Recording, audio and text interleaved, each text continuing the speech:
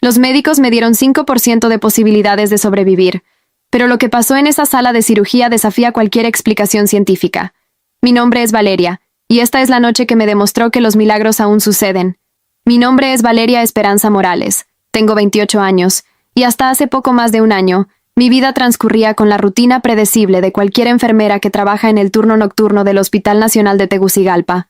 Cada mañana, cuando terminaba mi jornada de 12 horas, regresaba a mi pequeña casa en el barrio Villanueva, donde el sonido de los gallos y el aroma del café recién molido de doña Carmen, mi vecina, me daban la bienvenida a casa.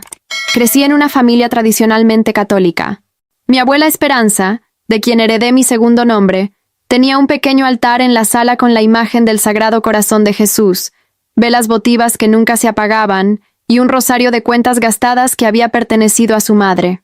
Los domingos íbamos a misa en la Catedral San Miguel Arcángel, en el centro de Tegucigalpa, más por costumbre que por convicción. Yo rezaba el Padre Nuestro de memoria, me persignaba al entrar y salir de la iglesia, pero si soy honesta, Dios era para mí una figura distante, casi como un concepto heredado que nunca había cuestionado ni abrazado verdaderamente. Mi rutina diaria comenzaba a las 5 de la tarde, cuando tomaba el autobús en la parada de la colonia Kennedy para llegar al hospital. El trayecto duraba casi una hora, serpenteando por las calles empinadas de Tegucigalpa, pasando por el mercado Los Dolores donde las vendedoras gritaban los precios de sus verduras, y subiendo hacia el centro histórico donde se alzaba imponente el Hospital Nacional. Era un edificio de los años 60, con pasillos largos que olían a desinfectante y corredores donde el eco de los pasos resonaba durante toda la noche. Trabajaba en el área de emergencias, y cada turno era impredecible.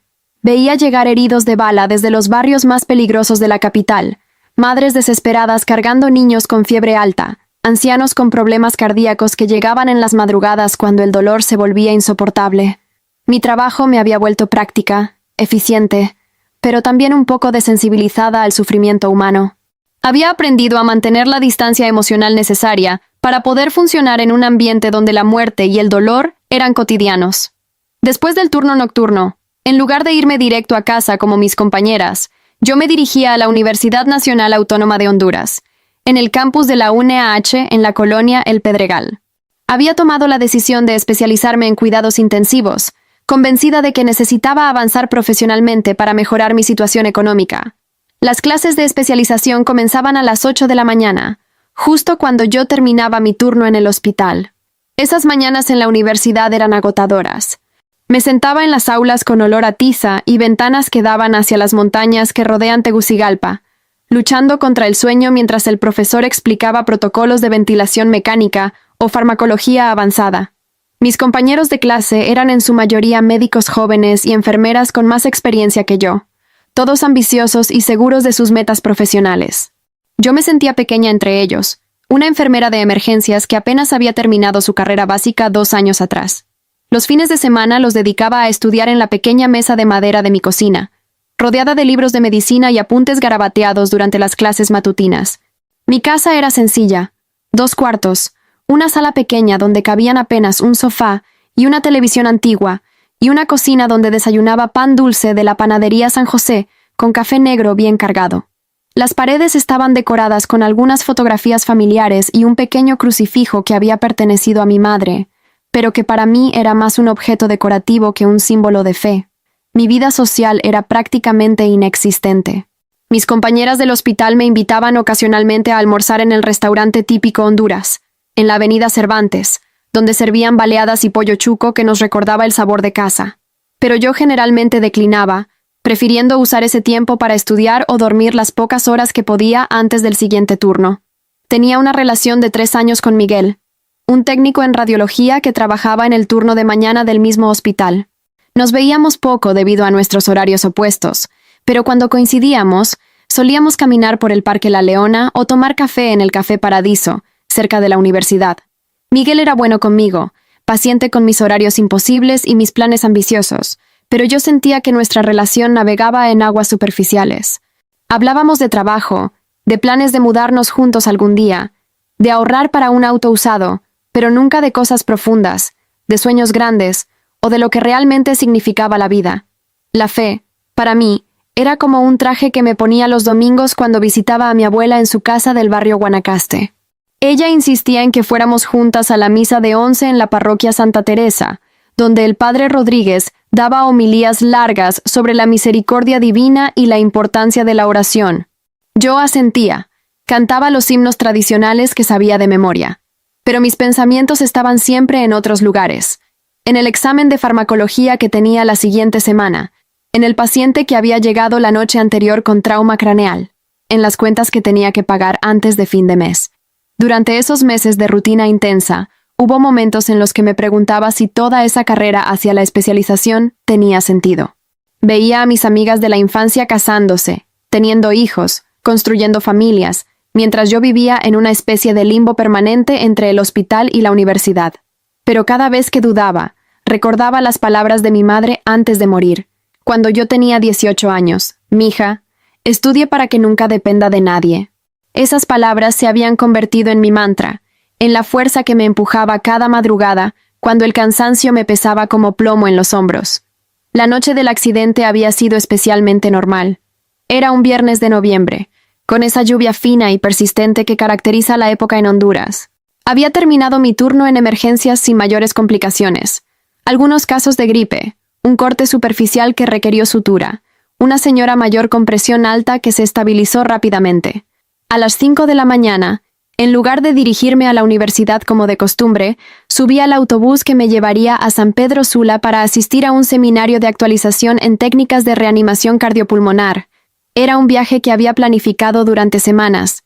El seminario era el sábado por la mañana en el Hotel Real Intercontinental, y regresaría esa misma noche para estar de vuelta al trabajo el lunes. Llevaba mi pequeña maleta con ropa para el fin de semana y mis cuadernos de notas, emocionada por la oportunidad de aprender técnicas nuevas que podrían hacer la diferencia en mi trabajo diario. El autobús salió puntual a las 6 de la mañana de la terminal de San Pedro Sula, en el Boulevard del Norte. Durante el viaje hacia la costa norte, me quedé dormida varias veces, arrullada por el movimiento del vehículo y el cansancio acumulado de la semana. El paisaje hondureño desfilaba por la ventanilla. Montañas verdes, pequeños pueblos con casas de adobe y techos de teja, vendedores ambulantes en las paradas que ofrecían tajadas, rosquillas y refrescos naturales. El seminario fue intenso pero fascinante. Aprendí nuevas técnicas de compresión torácica, protocolos actualizados para el manejo de paros cardiorrespiratorios, y tuve la oportunidad de practicar en maniquíes de última generación que simulaban situaciones reales con una precisión impresionante. Durante el almuerzo en el restaurante del hotel, conversé con enfermeras de otros hospitales del país. Intercambiamos experiencias y nos quejamos de las mismas cosas. Turnos agotadores, falta de recursos, la necesidad constante de actualización profesional. Esa tarde, mientras esperaba en la terminal de autobuses de San Pedro Sula para regresar a Tegucigalpa, llamé a Miguel desde una cabina telefónica. Le conté sobre el seminario. Le dije que llegaría tarde pero que nos veríamos el domingo. Él me comentó que había llovido toda la tarde en la capital y me pidió que manejara con cuidado. En ese momento, esas palabras me parecieron una preocupación rutinaria de novio, pero ahora entiendo que fueron proféticas. El autobús nocturno salió a las 8 de la noche. Era un vehículo más viejo que el de la mañana, con asientos incómodos y un aire acondicionado que funcionaba a medias. Éramos pocos pasajeros, un par de comerciantes que regresaban de hacer negocios, una familia con 2 niños pequeños y algunos estudiantes universitarios. Me acomodé en un asiento hacia la mitad del autobús. Saqué un libro de cuidados intensivos que quería revisar durante el viaje, pero la oscuridad y el cansancio pronto me vencieron. No tenía idea de que esas serían las últimas horas de mi vida anterior, la vida en la que Dios era apenas una palabra familiar pero vacía, en la que los milagros eran cosas que leía en libros antiguos pero que no tenían lugar en mi mundo moderno y científico. No sabía que en pocas horas, en una carretera mojada entre Zambrano y Tegucigalpa, todo lo que creía saber sobre la vida, la muerte y el propósito de la existencia iba a cambiar para siempre. Desperté con el sonido de la lluvia golpeando violentamente contra las ventanas del autobús. Era esa lluvia torrencial típica de noviembre en Honduras, cuando las nubes descargan toda su furia sobre las montañas y los ríos se vuelven caudalosos en cuestión de horas. Miré mi reloj. Eran las 11:30 de la noche. Habíamos estado viajando durante 3 horas y media, lo que significaba que estábamos aproximándose a la zona de Zambrano, esa serie de curvas peligrosas que conectan la planicie costera con las montañas centrales del país. El conductor, un hombre mayor con bigotes grises que se había presentado como don Esteban al inicio del viaje, redujo considerablemente la velocidad. A través del parabrisas podía ver apenas unos metros adelante. Los limpiaparabrisas luchaban inútilmente contra el aguacero, que parecía intensificarse con cada minuto que pasaba. Los otros pasajeros también habían despertado con el ruido de la tormenta. La señora con los dos niños pequeños los abrazaba contra su pecho, susurrando oraciones en voz baja. Uno de los comerciantes comentó nervioso que nunca había visto llover tan fuerte en esa época del año. Don Esteban encendió las luces de emergencia y se inclinó hacia adelante, tratando de ver mejor la carretera. «Vamos a tener que ir más despacio», gritó por encima del ruido de la lluvia. «Esta carretera se pone muy resbalosa con tanta agua». Sus palabras no me tranquilizaron. Había escuchado demasiadas historias en el hospital sobre accidentes en la carretera CA5, especialmente en esa zona montañosa donde las curvas eran cerradas y los barrancos profundos. La carretera comenzó a ascender, serpenteando entre las montañas cubiertas de pinos y robles que se perdían en la oscuridad. A ambos lados del camino, pequeños riachuelos que normalmente llevaban apenas un hilo de agua, se habían convertido en torrentes espumosos que bajaban rugiendo hacia el valle. El autobús avanzaba lentamente, casi arrastrándose por la pendiente, mientras el motor rugía con el esfuerzo adicional. Fue entonces cuando vi las luces del camión. Al principio, eran apenas 2 puntos brillantes que aparecían y desaparecían entre las cortinas de lluvia en la curva de adelante. Pensé que era un vehículo que venía en dirección contraria, algo completamente normal. Pero algo en el movimiento errático de esas luces me puso nerviosa. No seguían la trayectoria normal de un vehículo que mantiene su carril. Se balanceaban de un lado a otro, como si el conductor estuviera luchando por mantener el control. Don Esteban también lo notó. «¿Qué hace ese loco?», murmuró, reduciendo aún más la velocidad y moviendo el volante ligeramente hacia la derecha para darle más espacio al vehículo que se aproximaba. Pero las luces siguieron acercándose de manera irregular, zigzagueando peligrosamente en la carretera estrecha. Todo pasó en cuestión de segundos, pero mi mente lo grabó como si fuera una película en cámara lenta.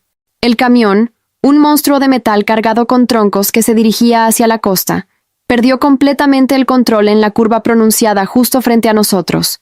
Pude ver claramente al conductor a través del parabrisas, un hombre joven con los ojos desorbitados por el pánico, girando el volante desesperadamente hacia un lado y otro, tratando de recuperar el control de las 18 ruedas que se deslizaban sobre el asfalto mojado como si fuera hielo. La parte trasera del camión comenzó a derrapar hacia la izquierda, mientras la cabina se dirigía hacia nosotros. Los troncos que llevaba en la plataforma se movían amenazadoramente, algunos comenzando a soltarse de las cadenas que los sujetaban. Don Esteban gritó algo que no pude entender y giró el volante bruscamente hacia la derecha, tratando de salirse de la carretera para evitar el impacto frontal. En esos últimos segundos antes del choque, experimenté algo que jamás había sentido antes. El tiempo se detuvo.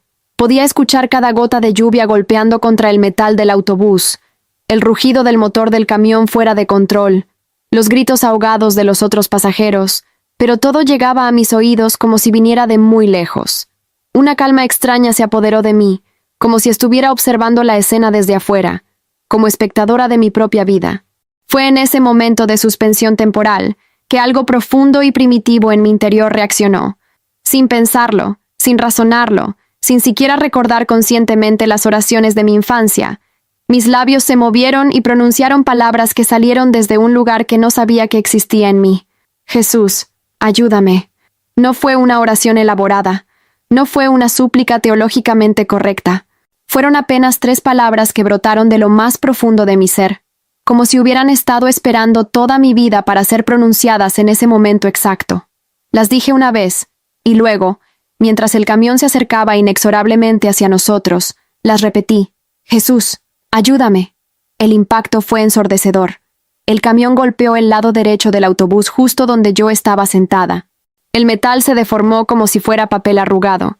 El vidrio de las ventanas explotó en millones de fragmentos que volaron en todas direcciones, y el mundo se llenó de un ruido indescriptible. El crujir del metal, el silbido del vapor que escapaba del radiador reventado, el rugido de los motores descontrolados, y por encima de todo, los gritos de terror de los pasajeros. Sentí como si una fuerza gigantesca me levantara de mi asiento y me lanzara contra el techo del autobús. Por un instante que pareció eterno, estuve suspendida en el aire, viendo desde arriba mi propio cuerpo que se movía en cámara lenta entre los escombros voladores. Era la sensación más extraña que jamás había experimentado. Estar completamente consciente pero separada de mi cuerpo físico, observando la destrucción desde una perspectiva imposible. Luego, la gravedad me reclamó. Caí con una violencia brutal contra el metal retorcido del autobús. Sentí algo húmedo y caliente corriendo por mi cara, un sabor metálico en mi boca que reconocí inmediatamente como sangre. Mi brazo izquierdo estaba doblado en un ángulo que sabía que no era natural, y cuando traté de moverme, una punzada de dolor tan intensa me atravesó el pecho que me robó completamente el aire de los pulmones. El silencio que siguió al estrépito fue casi más aterrador que el ruido del accidente mismo. Era un silencio pesado, roto apenas por el siseo del vapor, el goteo de algún líquido, y gemidos apagados que venían de diferentes direcciones. El aire olía a gasolina, a aceite quemado, y a algo más que no podía identificar pero que me llenaba de una sensación de peligro inminente. Traté de llamar pidiendo ayuda, pero de mi garganta solo salió un gemido ronco. Estaba atrapada entre el asiento retorcido y una viga de metal que había penetrado en el interior del autobús.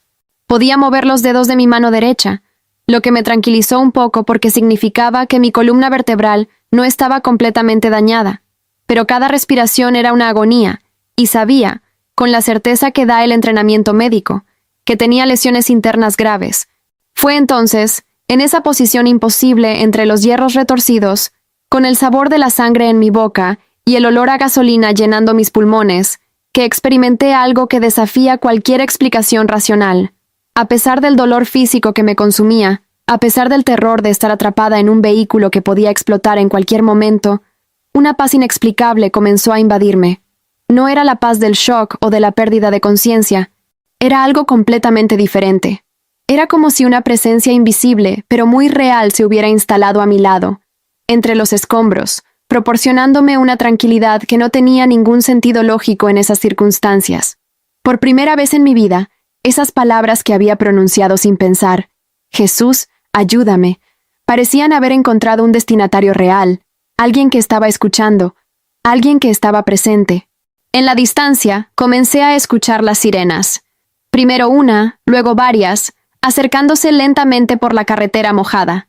Los paramédicos llegarían pronto, pero yo sabía, con esa intuición que desarrollas trabajando en emergencias, que mi situación era crítica.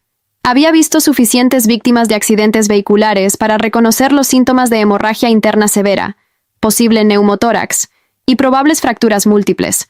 Pero por alguna razón que no podía comprender, no tenía miedo. Esa paz sobrenatural que había comenzado con mis palabras de súplica se intensificaba con cada minuto que pasaba. Era como si estuviera siendo sostenida por brazos invisibles, como si una voz silenciosa me estuviera susurrando que todo iba a estar bien, aunque todas las evidencias médicas apuntaran hacia lo contrario. Las luces rojas y azules de las ambulancias comenzaron a iluminar intermitentemente el interior destrozado del autobús. Escuché voces autoritarias, el sonido de herramientas cortando metal, pasos rápidos sobre la carretera mojada. Los rescatistas habían llegado, y sabía que mi destino estaba ahora en sus manos. Pero también sabía, con una certeza que no venía de mi entrenamiento médico, sino de algo mucho más profundo, que no estaba sola en esa lucha entre la vida y la muerte.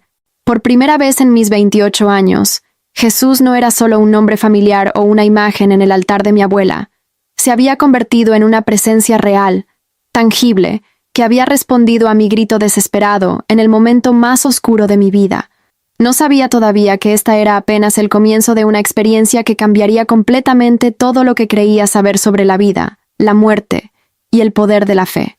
Las voces de los paramédicos llegaban a mis oídos como si vinieran de otro mundo. Estaba consciente, pero era una conciencia extraña, como si flotara en un estado intermedio entre el sueño y la vigilia. Podía escuchar perfectamente todo lo que decían, pero mi cuerpo parecía no pertenecerme. Era una sensación aterrorizante y fascinante a la vez. Thais, tenemos una mujer joven, aproximadamente 25 años, atrapada en el lado derecho del vehículo. Escuché que decía una voz masculina con acento del interior del país. Presenta trauma cráneoencefálico evidente, posible fractura de húmero izquierdo, y sospecha de lesiones internas graves. Está consciente pero con signos de shock hipovolémico. Reconocí inmediatamente la terminología médica. En mi trabajo en emergencias había usado esas mismas palabras cientos de veces para describir el estado de otros pacientes, pero escucharlas aplicadas a mi propio cuerpo me produjo una sensación surreal, como si estuviera siendo diagnosticada desde afuera de mi propia piel. «Señorita, ¿me puede escuchar?», preguntó otra voz, esta vez de una mujer joven que parecía estar muy cerca de mi rostro. Traté de responder, pero solo conseguí emitir un gemido ahogado. Está respondiendo a estímulos verbales, pero con dificultad para hablar. Probable obstrucción parcial de vías respiratorias. Sentí manos expertas palpando mi cuello, revisando mi pulso, colocando una máscara de oxígeno sobre mi rostro. El aire fresco que comenzó a llenar mis pulmones me dio un alivio momentáneo, pero el dolor en mi pecho se intensificó. Cada respiración era como si miles de agujas me perforaran desde adentro. «La presión arterial está cayendo rápidamente», escuché que decía alguien más. 90/50 y bajando. Necesitamos sacarla de aquí inmediatamente y establecer una vía intravenosa durante el traslado. El proceso de extracción fue una agonía indescriptible. Los bomberos tuvieron que usar herramientas especiales para cortar las partes del autobús que me tenían atrapada. Cada movimiento, por más cuidadoso que fuera, enviaba ondas de dolor por todo mi cuerpo. Podía sentir como si mis huesos se frotaran unos contra otros, y el sabor metálico en mi boca se intensificaba cada vez más. Pero lo más extraño de todo era que, a pesar del dolor físico que me consumía, esa paz inexplicable que había comenzado durante el accidente no me abandonaba. Era como si hubiera dos realidades funcionando simultáneamente. La realidad médica objetiva donde mi cuerpo estaba gravemente herido y luchaba por sobrevivir, y otra realidad espiritual donde me sentía envuelta en una tranquilidad que no tenía ninguna explicación lógica. Cuando finalmente me colocaron en la camilla y me subieron a la ambulancia, pude ver por primera vez la magnitud de la destrucción. El autobús estaba completamente destrozado. El camión había volcado y los troncos que transportaba estaban esparcidos por toda la carretera como palillos gigantes. Era un milagro que hubiera sobrevivientes. Durante el trayecto hacia San Pedro Sula, escuché conversaciones entre los paramédicos que me helaron la sangre. «Es probable que no llegue viva al hospital», le susurraba uno al otro, pensando que yo no podía escucharlos. «Ha perdido demasiada sangre y presenta signos de hemorragia interna masiva. Deberíamos llamar al hospital para que preparen el quirófano inmediatamente». La paramédico que iba a mi lado, una mujer de unos 30 años con el cabello recogido en una cola de caballo y manos firmes pero gentiles, me tomó la mano derecha y me susurró: «Quédate conmigo, mi amor. No te vayas. Estamos haciendo todo lo que podemos». Sus palabras fueron como un ancla en medio de la tormenta que se desataba en mi cuerpo. Pero yo sabía, con esa lucidez terrible que a veces acompaña a los momentos críticos, que mi situación era muy grave. Había visto demasiados casos similares en emergencias. Conocía las estadísticas. Sabía interpretar los signos vitales que escuchaba en el monitor. Entendía perfectamente lo que significaban esos números que seguían bajando implacablemente. Sin embargo, en lugar de pánico, lo que sentía era una extraña combinación de aceptación y esperanza. Las palabras que había pronunciado durante el accidente, «Jesús, ayúdame», seguían resonando en mi mente como un eco constante. No era que las estuviera repitiendo conscientemente. Era más bien como si se hubieran instalado en mi interior y estuvieran creando una especie de refugio espiritual en medio del caos físico. Llegamos al hospital Mario Catarino Rivas a las 2:30 de la madrugada. A través de mi conciencia nebulosa, pude percibir el ajetreo típico de una emergencia nocturna. Ruedas de camilla corriendo por pasillos de baldosas, voces urgentes coordinando acciones, el sonido característico de las puertas automáticas del área de trauma, abriéndose y cerrándose. Mujer de 28 años, víctima de accidente vehicular de alto impacto, escuché que reportaba la paramédico al equipo médico que nos recibió. Trauma craneoencefálico severo, fractura expuesta de húmero izquierdo, sospecha de neumotórax y hemorragia interna, presión arterial 80/40, frecuencia cardíaca 120, saturación de oxígeno 90% con máscara de no reinhalación, perino. Me trasladaron inmediatamente a una sala de trauma, donde un equipo de médicos y enfermeras comenzó a trabajar sobre mi cuerpo con la precisión de una orquesta bien dirigida. Reconocí el protocolo porque yo misma había participado en procedimientos similares, vías intravenosas múltiples, estudios de laboratorio emergentes, radiografías portátiles, preparación para cirugía inmediata. El médico a cargo, Un hombre de unos 40 años con barba gris y lentes que se identificó como doctor, Rafael Mendoza, se inclinó sobre mí y me habló con esa voz profesional pero compasiva que los médicos experimentados desarrollan con los años. Valeria, ¿verdad? Soy el doctor Mendoza. Estás muy grave, pero vamos a hacer todo lo que esté en nuestras manos para salvarte. Necesitamos llevarte inmediatamente a cirugía. ¿Hay algún familiar a quien podamos llamar? Traté de susurrar el nombre de Miguel, mi número de teléfono, la dirección de mi abuela. Las palabras salían entrecortadas, pero una enfermera las escribía cuidadosamente en una libreta. Sabía que en pocas horas, esas personas que amaba estarían recibiendo la llamada que todo familiar teme: un accidente, un hospital, un pronóstico incierto. Mientras me preparaban para la cirugía, escuché fragmentos de conversaciones médicas que confirmaban mis peores temores. Lesión esplénica grado 4, probable laceración hepática, fractura costal múltiple con neumotórax bilateral. Cada término era una sentencia que conocía demasiado bien. En mi experiencia profesional, pacientes con ese tipo de lesiones combinadas rara vez sobrevivían. Fue justo antes de que me administraran la anestesia que viví la experiencia más extraordinaria de toda mi vida. Mientras estaba acostada en la mesa de cirugía, rodeada de luces brillantes y del equipo médico que se preparaba para la operación que determinaría si vivía o moría, sentí como si algo se desprendiera suavemente de mi cuerpo. No fue doloroso ni aterrador. Al contrario, fue como liberarse de un peso enorme que no sabía que estaba cargando. De repente, me encontré flotando suavemente por encima de la mesa de operaciones, observando desde arriba a los médicos trabajando sobre lo que claramente era mi cuerpo físico. Podía ver mi rostro pálido, los tubos y cables conectados a mi pecho, las manos del doctor Mendoza preparándose para hacer la primera incisión. Pero lo más impresionante no era la perspectiva desde arriba, sino la sensación de paz absoluta que me envolvía. Era como estar siendo abrazada por una presencia que irradiaba amor incondicional, una presencia que conocía cada detalle de mi vida, cada herida emocional, cada miedo, cada sueño que había tenido, y que me amaba completamente a pesar de todo. En ese estado, entendí con una claridad cristalina que las palabras «Jesús, ayúdame», que había pronunciado durante el accidente, no habían sido una coincidencia o un reflejo condicionado de mi educación religiosa. Habían sido una conexión real con algo mucho más grande que yo, algo que había estado esperando toda mi vida para responder a mi llamado. Podía escuchar, como si viniera de muy lejos, la voz del doctor Mendoza hablando con sus asistentes. La hemorragia es más severa de lo que pensábamos. Está perdiendo sangre más rápido de lo que podemos reponerla. No sé si vamos a poder estabilizarla.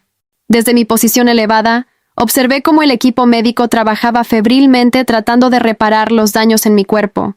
Veía las manos expertas suturando órganos desgarrados, los monitores que mostraban signos vitales cada vez más críticos, la expresión de preocupación creciente en los rostros del personal médico.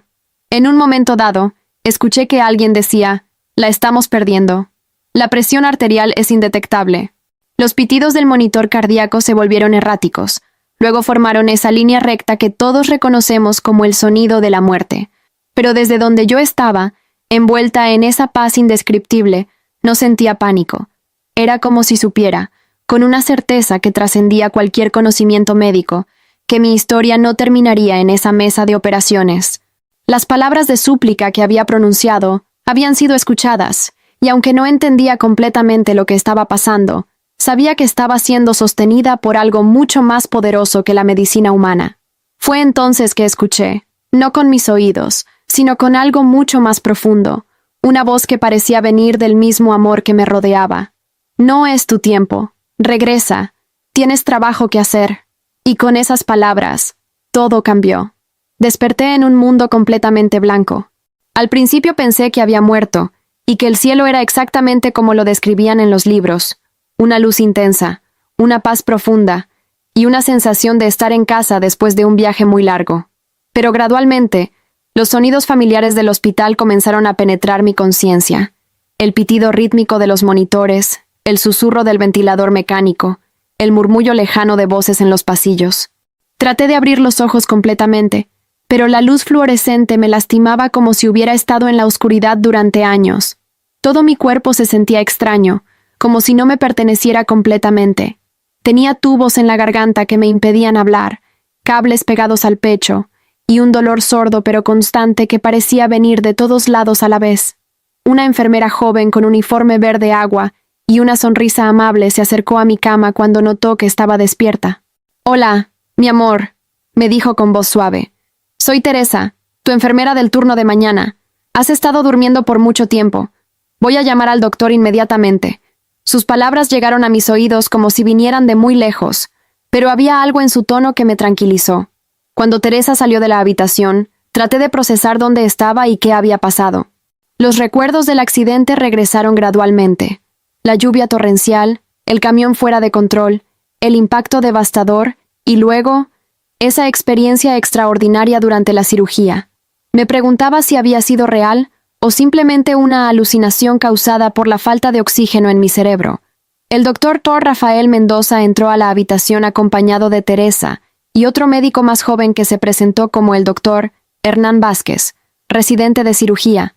El doctor Mendoza tenía esa expresión que conocía bien de mi trabajo en emergencias, la mezcla de alivio profesional y asombro genuino que aparece cuando un caso que parecía perdido toma un giro inesperado. «Valeria», me dijo acercándose a mi cama, «no sé si puedes entenderme completamente todavía, pero quiero que sepas que has estado en coma durante 6 días. Has pasado por 3 cirugías mayores, y francamente, no esperábamos que sobrevivieras a la primera noche». Hizo una pausa, como si estuviera eligiendo cuidadosamente sus palabras. «Tu recuperación ha sido, bueno, la única palabra que puedo usar es milagrosa».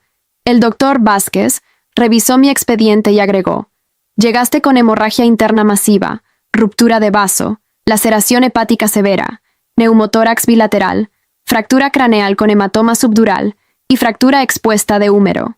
Técnicamente, moriste en la mesa de operaciones durante 4 minutos. Pudimos reanimarte, pero el pronóstico era muy reservado». Mientras escuchaba el recuento médico de mis lesiones, no podía dejar de pensar en esos 4 minutos que había estado clínicamente muerta. Habían sido reales esa experiencia de flotar sobre mi cuerpo, esa sensación de paz absoluta, esa voz que me había dicho que regresara. La evidencia médica parecía confirmar que algo extraordinario había ocurrido. Durante los siguientes días, mientras mi cuerpo se recuperaba lentamente, recibí visitas que me ayudaron a reconstruir lo que había pasado durante mi coma. Miguel llegó desde Tegucigalpa la mañana después del accidente, con los ojos rojos de tanto llorar y una expresión de alivio mezclada con terror que nunca le había visto antes. «Pensé que te había perdido para siempre», me confesó mientras sostenía mi mano derecha, la única que no tenía vendajes. Cuando recibí la llamada del hospital, el médico me dijo que las posibilidades de que sobrevivieras eran mínimas. «Tu abuela y yo hemos estado aquí todos los días, rezando el rosario en la capilla del hospital». Mi abuela Esperanza llegó esa misma tarde, apoyándose en su bastón de madera tallada y cargando una bolsa de tela llena de estampitas religiosas, agua bendita y un rosario que había pertenecido a su abuela. Al verme despierta, se persignó 3 veces y murmuró: «Gracias, Virgencita del Valle, gracias por escuchar nuestras oraciones». «Mija», me dijo sentándose trabajosamente en la silla junto a mi cama, «durante estos días, toda la familia, todos los vecinos, toda la congregación de la parroquia Santa Teresa, hemos estado orando por ti. El padre Rodríguez incluso organizó una vigilia especial. Sabíamos que Dios tenía planes especiales para tu vida». Sus palabras me impactaron profundamente. Yo, que había vivido 28 años considerando la fe como algo periférico y tradicional, me daba cuenta de que había sido sostenida durante los momentos más críticos por las oraciones de personas que creían genuinamente en el poder de la intercesión divina. El proceso de recuperación física fue lento y doloroso. Tuve que aprender a caminar de nuevo porque mi equilibrio había sido afectado por el traumatismo craneal. Mi brazo izquierdo, a pesar de las múltiples cirugías, nunca recuperaría completamente su rango de movimiento. Las cicatrices en mi abdomen eran extensas y me recordarían para siempre lo cerca que había estado de la muerte. Pero lo más notable de mi recuperación no era lo físico, sino algo mucho más profundo que estaba cambiando en mi interior. Durante las largas horas en la cama del hospital, reflexionando sobre lo que había experimentado, me di cuenta de que esas palabras que había pronunciado instintivamente durante el accidente, «Jesús, ayúdame», habían marcado un antes y un después en mi vida espiritual. Una tarde, Mientras observaba el atardecer desde la ventana de mi habitación en la quinta planta del hospital, le pregunté al doctor Mendoza algo que me había estado molestando desde que desperté. Doctor, usted ha visto muchos casos similares al mío. En su experiencia médica, ¿qué explicación tiene para mi supervivencia? El doctor Mendoza, un hombre serio que había trabajado en emergencias durante más de 15 años, se sentó en la silla junto a mi cama y me miró directamente a los ojos. Valeria, voy a ser completamente honesto contigo. En mis años de práctica médica, he visto casos que desafían cualquier explicación científica. El tuyo es uno de ellos. Técnicamente, deberías haber muerto esa primera noche. Las lesiones que tenías eran incompatibles con la vida según todos nuestros protocolos médicos. Hizo una pausa y continuó. Hicimos todo lo que la medicina moderna nos permite hacer, pero hubo algo más operando en tu caso. Llámalo como quieras. Suerte, destino, intervención divina. Yo soy un hombre de ciencia, pero también soy lo suficientemente humilde para reconocer que hay fuerzas en este universo que van más allá de nuestro entendimiento médico. Sus palabras confirmaron lo que mi corazón ya sabía. Mi supervivencia no había sido simplemente el resultado de una excelente atención médica, aunque ciertamente eso había sido fundamental. Había sido la respuesta a una oración desesperada pronunciada en el momento más oscuro de mi vida. Durante la tercera semana de hospitalización, mientras comenzaba las terapias de rehabilitación, recibí una visita inesperada. Una señora mayor, elegantemente vestida y con una presencia que irradiaba serenidad, se presentó como la madre de don Esteban, el conductor del autobús. Mi hijo murió en el accidente, me dijo con una voz quebrada pero firme. Era un buen hombre. Había manejado esa ruta durante 20 años sin ningún incidente. Quería conocerte porque mi hijo me había contado sobre ti antes de ese viaje. Te había visto en el terminal estudiando, y le había dicho a su esposa que admiraba a las mujeres jóvenes que se superaban estudiando. Sus palabras me conmovieron profundamente. No solo había sobrevivido mientras otras personas habían perdido la vida, sino que mi supervivencia parecía tener un propósito que aún no entendía completamente. Doña Carmen, le dije tomando sus manos arrugadas entre las mías, lamento mucho la pérdida de su hijo. No entiendo por qué yo sobreviví y él no, pero le prometo que haré que mi segunda oportunidad de vida valga la pena. Fue durante esa conversación que tuve una revelación que cambiaría el curso de mi futuro. Me di cuenta de que mi experiencia no había sido solo personal. Tenía una dimensión que afectaba a otras personas, a otras familias, a otras vidas. Mi supervivencia milagrosa no era un regalo solo para mí, sino una responsabilidad hacia otros que necesitaban escuchar que los milagros todavía ocurren. Cuando finalmente llegó el día del alta médica, después de 5 semanas en el hospital, el doctor Mendoza me entregó un sobre sellado. «Esto es tu expediente médico completo», me dijo. «Guárdalo bien. Algún día, cuando estés lista, tal vez quieras compartir tu historia con otros.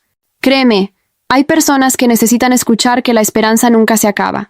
Al salir del hospital Mario Catarino Rivas, apoyándome en las muletas que necesitaría durante los próximos meses, miré hacia atrás el edificio que había sido mi hogar durante más de un mes. No era la misma persona que había subido a ese autobús en Tegucigalpa 6 semanas atrás. Esa Valeria había sido una enfermera competente pero espiritualmente vacía. Una mujer que consideraba la fe como una tradición familiar sin relevancia personal. La Valeria que salía del hospital era alguien completamente diferente. Había experimentado de primera mano el poder de la oración. Había sentido la presencia real de Jesús en el momento más desesperado de su vida, y había regresado de la muerte misma con un propósito que apenas comenzaba a comprender.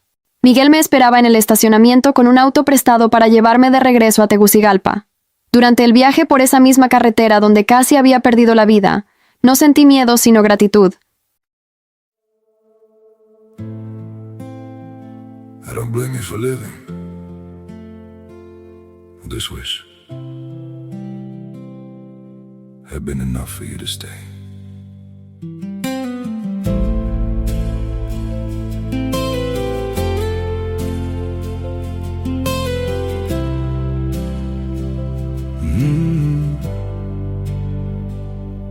I saw it coming in the way you changed, in the silence between your words.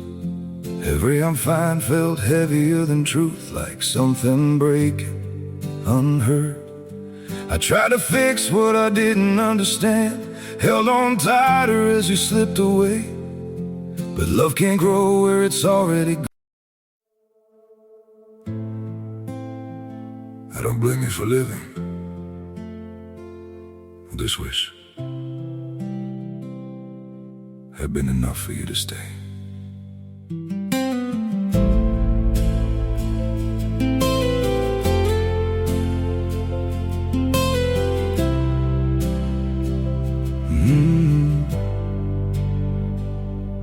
I saw it coming in the way you changed, in the silence between your words.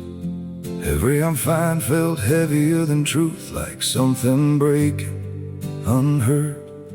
I tried to fix what I didn't understand, held on tighter as you slipped away. But love can't grow where it's already gone. I don't blame you for living this wish had been enough for you to stay.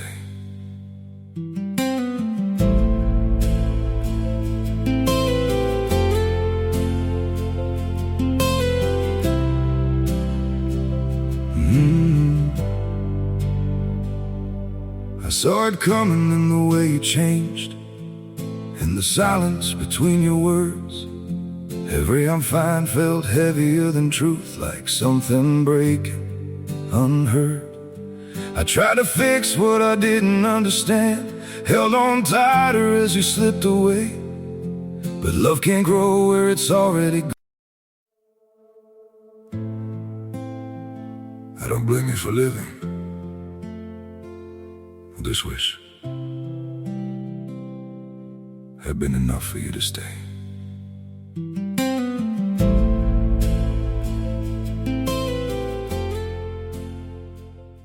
Cada kilómetro que avanzábamos era una confirmación de que mi historia no había terminado en esos hierros retorcidos. Al contrario, había comenzado. El regreso a mi casa en Villanueva fue como llegar a un lugar familiar pero completamente transformado. Todo estaba exactamente igual. La pequeña mesa de madera donde solía estudiar, el sofá desgastado donde descansaba después de los turnos nocturnos, el crucifijo de mi madre colgado en la pared de la sala. Pero yo era quien había cambiado radicalmente.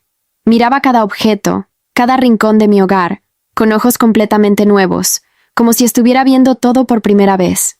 Miguel me ayudó a acomodarme, llenó el refrigerador con comida, organizó mis medicamentos en la mesa de noche y se quedó conmigo durante los primeros días para asegurarse de que pudiera manejarme sola con las limitaciones físicas que aún tenía. Pero yo notaba que él también me observaba diferente, como si no pudiera entender completamente lo que había pasado conmigo durante esas semanas en el hospital. «Estás distinta», me dijo una tarde mientras tomábamos café en la pequeña mesa de la cocina. «No es solo por las heridas o las cicatrices. Hay algo en ti que cambió, algo en la manera como hablas, como miras las cosas. Es como si hubieras estado en un lugar muy lejano y hubieras regresado trayendo algo nuevo contigo». Tenía razón. Durante mi recuperación, me había dado cuenta de que no podía simplemente regresar a mi vida anterior como si nada hubiera pasado. La experiencia del accidente, la muerte clínica, esa sensación tangible de la presencia de Jesús durante mis momentos más críticos, habían creado en mí una necesidad urgente de entender más profundamente lo que había experimentado. Los primeros domingos después de mi regreso, acompañé a mi abuela a la misa de 11 en la parroquia Santa Teresa, pero esta vez era diferente. Las palabras del padre Rodríguez sobre la misericordia divina, que antes me parecían conceptos abstractos y repetitivos, ahora resonaban en mi corazón como verdades vivientes que había experimentado personalmente. Cuando él hablaba sobre el amor incondicional de Dios, yo recordaba esa paz inexplicable que me había envuelto entre los hierros retorcidos del autobús. Pero fue un domingo en particular, 3 semanas después de mi regreso, que mi vida tomó un giro definitivo hacia una dirección completamente nueva. Ese día, el padre Rodríguez anunció que en la parroquia vecina, la Iglesia Cristiana Bethesda, en Comayagüela, habría una serie de testimonios de personas que habían experimentado milagros en sus vidas. «Es una iglesia evangélica», me explicó mi abuela con cierta cautela. «Son cristianos como nosotros, pero rezan diferente. Tal vez te interese escuchar esos testimonios». Había algo en su tono que me sugería que ella pensaba que yo necesitaba escuchar esas historias. El siguiente domingo por la tarde, decidí caminar hasta Comayagüela. Era un trayecto de casi 1 hora desde Villanueva, pero necesitaba el tiempo para reflexionar. Mis piernas aún estaban débiles y tenía que parar varias veces para descansar, pero cada paso me daba la sensación de estar caminando hacia algo importante, hacia una respuesta que había estado buscando sin saberlo. La iglesia cristiana Bethesda era un edificio sencillo pero acogedor, con paredes pintadas de azul claro y ventanas grandes que dejaban entrar la luz dorada de la tarde. Cuando entré, había unas 50 personas sentadas en sillas plásticas dispuestas en filas informales. No había bancos de madera como en la iglesia católica. No había imágenes religiosas en las paredes, pero había algo en el ambiente que me tranquilizó inmediatamente. El pastor, un hombre de unos 40 años llamado Marcos Aguilar, me recibió en la puerta con una sonrisa genuina y me preguntó si era mi primera vez visitándolos. Cuando le expliqué brevemente que había venido a escuchar los testimonios, me dijo: «Hermana, creo que Dios la trajo aquí por una razón específica.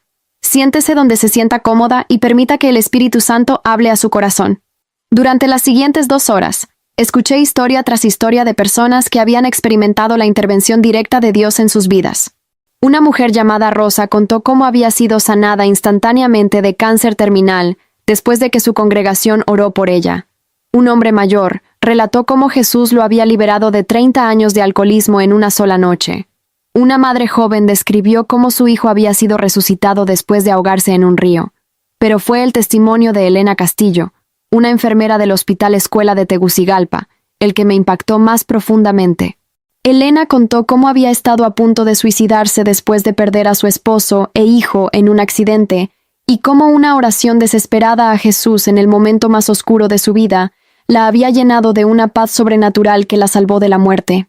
«Hermanos», dijo Elena con lágrimas en los ojos, «cuando uno experimenta el poder real de Jesús, cuando uno siente su presencia tangible en los momentos más desesperados, ya no puede vivir como si nada hubiera pasado.